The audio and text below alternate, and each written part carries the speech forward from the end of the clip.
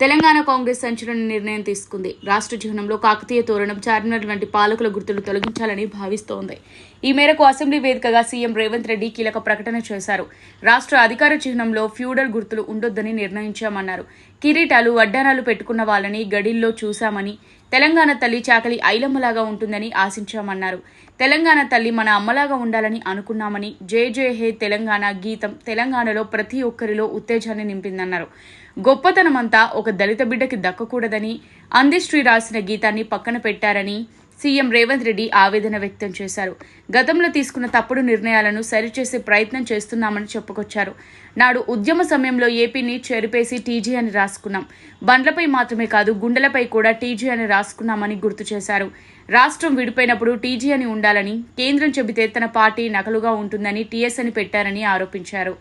తెలంగాణ అందరికీ ఒక ఎమోషన్ అనే సీఎం 9.5 ఏళ్ల తర్వాత తెలంగాణ నేపథ్యాన్ని మాట్లాడుకోవాల్సి వస్తుందని వాపోయారు.